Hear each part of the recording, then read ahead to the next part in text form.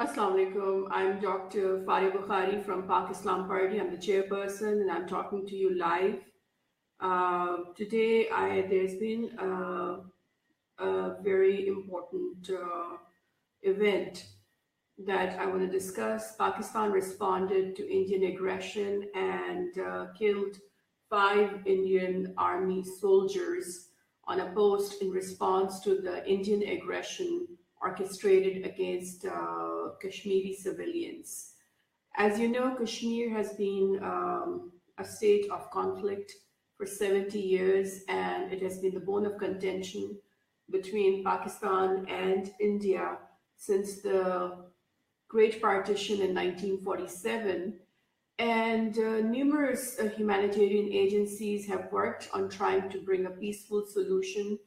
And a UN resolution was passed a long time ago that was signed by India and that apparently uh, recommended to have a plebiscite or a referendum done to ask the Kashmiri people about their free will to decide which country they would like to be a part of. And if you don't know the background of Kashmir, Kashmir is a majority Muslim population, and at the time of partition of the subcontinent in 1947, it was decided by the leaders of both India and Pakistan, the founding fathers, that Kashmir would annex with Pakistan. However, in 1948, Indian Army infiltrated, attacked Kashmir, and tried to forcefully occupy it. As a result of that, Pakistan's founding father, Quaid-e-Azam Muhammad Ali Jinnah, asked Pakistan's army to retaliate and try to liberate the occupied Kashmir. And as a result of that, we were able to retrieve Azad Kashmir. So what's going on right now? What's happening right now is we are on the brink of a war between India and Pakistan. Now, I'm not talking about proxy war. I'm not talking about diplomatic war. I'm not talking about a political war. I'm not talking about a cultural war. I'm not talking about boycott, sanctions, a war of the words. I'm talking about real war. And both India and Pakistan are nuclear countries and have huge number of people residing in them. We have a population, Pakistan has a population of 21 crore people, and India has a population of 1 billion people. And both of the countries are developing countries. And what is going on in what has happened and led to the sequence of events today has a lot to do with the stubbornness of the Indian regime to come to the table to have a dialogue with the Pakistani leadership. Pakistan has tried its best to pursue a peaceful solution to Kashmir again and again and again, allowing United Nations monitors to come and evaluate the line of control situation, while India has refused to even allow the United Nations monitor or the United Nations Human Rights Agency to visit Kashmir. Amnesty International raised a lot of concerns over the way that the Indian Army used pallets on Kashmiri civilians in the Indian occupied Kashmir that led to the blindness of a lot of innocent Kashmiri civilians.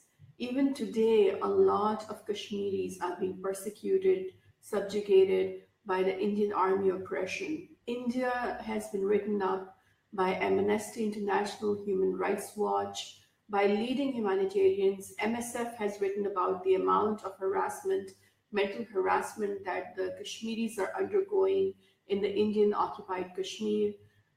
Red Cross wrote a letter to the US congressmen talking about the horrors they witnessed, the rapes, the war crimes being practiced by the Indian Army. all in the name of draconian laws, all in the name of laws that actually give these Indian soldiers the immunity to practice these war crimes. And Pakistan has been speaking up against this oppression for the human rights of Kashmiris for years and years and years, trying to refrain from battle, trying to refrain from a military embargo, because we want peace. We want a peaceful solution. Unfortunately, we are facing a dead end. We are banging our heads against a wall. And unfortunately, it is now causing us to bleed, because as a result of our inaction and our attempts to pursue peace, India is become more aggressive.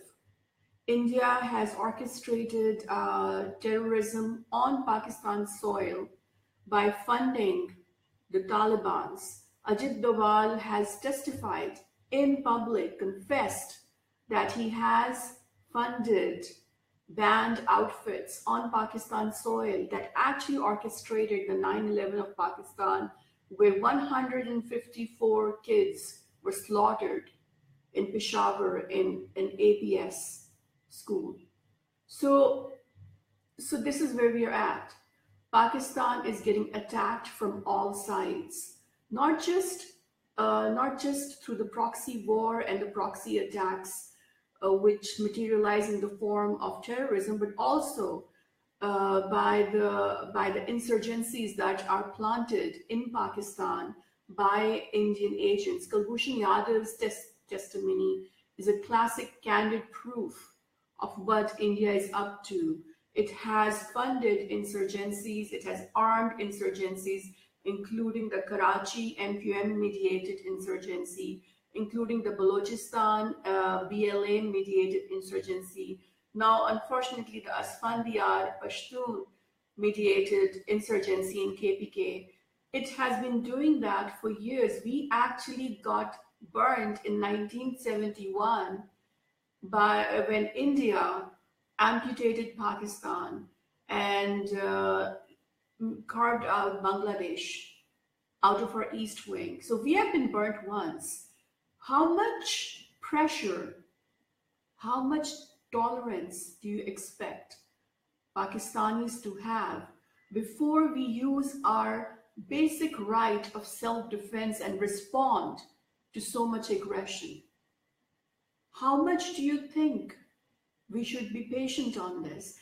If the same amount of aggression was orchestrated against any other nation of the world, including USA, including the NATO allies of USA, including any other country, they would have caused a havoc in response. They would have invaded India, they would have attacked India, they would have done their best to win this war and liberate Kashmir. But we have waited for 70 years for the global leaders, for the humanitarian agencies to find us a peaceful solution. But what we have seen is simple negligence of the Kashmiris' plight. Kashmiris have been abandoned, they have been neglected to the point that we have 100,000 Kashmiris who have been slaughtered by the Indian army in extrajudicial killings. These were civilians, these were not militants, these were not even freedom fighters. They were simple, plain civilian people who had nothing to do with the war going on, with the conflict going on in Kashmir. But they were killed only because they wanted to use their right of self-determination to determine they wanted to be part of Pakistan and they did not want to be part of India. And this was a right given to them by the United Nations. So now that we decided to kill the 5 soldiers on the line of control in response to Indian aggression, it is our right of self-defense. If anybody trespasses in your house and tries to put it on fire, or tries to kill your people, tries to kill your children, tries to rape your women, what are you going to do? Are you going to just sit down quietly, let the aggressor, the oppressor orchestrate war crimes, orchestrate oppression, orchestrate raids, orchestrate killings without doing anything about it, waiting for United Nations, waiting for Amnesty International, waiting for Human Rights Watch, waiting for the global leadership to try to come to a consensus as to whose fault is it, all while innocent lives are being lost, all while so many Kashmiris fall in response to so much aggression. Are you going to do that? Are you going to allow anybody, any trespasser, any intruder, any invader to come and rape your women, kill your children? And are you just going to not do anything about it? Are you going to wait for the global leaders and humanitarian agencies to give you the decision-making power before you can respond to this aggression? So Pakistani lives matter too. Kashmiri lives matter too. We are humans.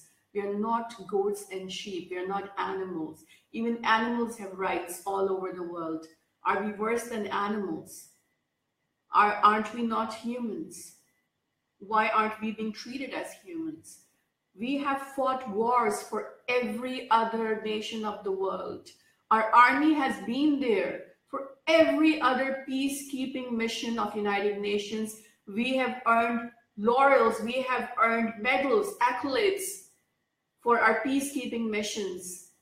And we have won the war against terrorism. We are the only nation, only country in the world that has given results, productive results, results that have materialized into complete, near complete eradication of terrorism. Give me one example of any other nation, any other country that has defeated terrorism like we have.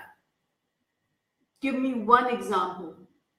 We have beaten all world records. We have fought your wars for you, while our war has been totally neglected by all of you, because for you, peace is a four-letter word. It is not spelled as P-E-A-C-E, it is spelled as P-E-A-C only for you. You treat peace as a four-letter word. That is why today we are going heads-on into war with India in an act of self-defense, and it's not the aggressors who are responsible for the upcoming apocalypse, but it is going to be those who remain silent, to what India has been doing to the Kashmiris, all in the name of self-defense. It is you, the global leaders, it is you, the humanitarian agencies, who are playing deaf, mute, and blind to what the Kashmiris are going through, that is causing us today to unfortunately orchestrate a self-defensive strategy to try to save our children, to try to save our civilians from the onslaught, from the assaults of the Indian army. We have been looking up to you for 70 years to give us a peaceful solution. 70 years we have waited. 70 years we have tolerated. 70 years of patience. And what have we received from you? Nothing. You have totally neglected, totally abandoned our people in Kashmir. And it is you who's responsible for the upcoming nuclear war between India and Pakistan, and for the upcoming apocalypse.